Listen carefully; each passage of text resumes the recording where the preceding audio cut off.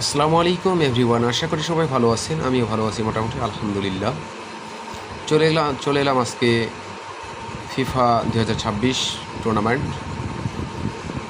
আজ রাত 2টোয় মুখোমুখি হতে যাচ্ছে মরক্কো ভার্সেস ফ্রান্সের যে খেলাটি। তো এই খেলায় মরক্কোর হার নিশ্চিত। আসুন হিসাব মিলিয়ে নেই।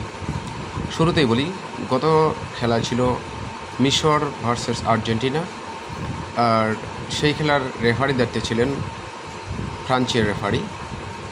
সো ফ্রান্সের সাথে আর্জেন্টিনার পূর্ব চুক্তি রয়েছে যে সেই খেলায় ফ্রান্সের রেফারি মিশরকে বিদায় করে দিবে, আর্জেন্টিনাকে জিতিয়ে দিবে। আর আজকের ফ্রান্স ভার্সেস মরক্কোর খেলায় 5 জন রেফারি থাকছে আর্জেন্টাইন, এবং সেই চুক্তি অনুযায়ী আজকের এই খেলায় যেভাবেই হোক মরক্কোকে বিদায় করবে আর্জেন্টাইন রেফারি এবং ফ্রান্সকে জিতিয়ে দিবে, এটাই স্বাভাবিক।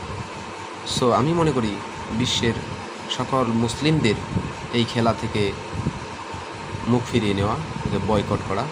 এটি আগের সেই ফিফা আর নেই, এটি এখন মুসলমানদের নিয়ে তামাশা মাত্র। এরা যত ভালোই খেলুক, কখনো জয়লাভের আশা করতে পারে না।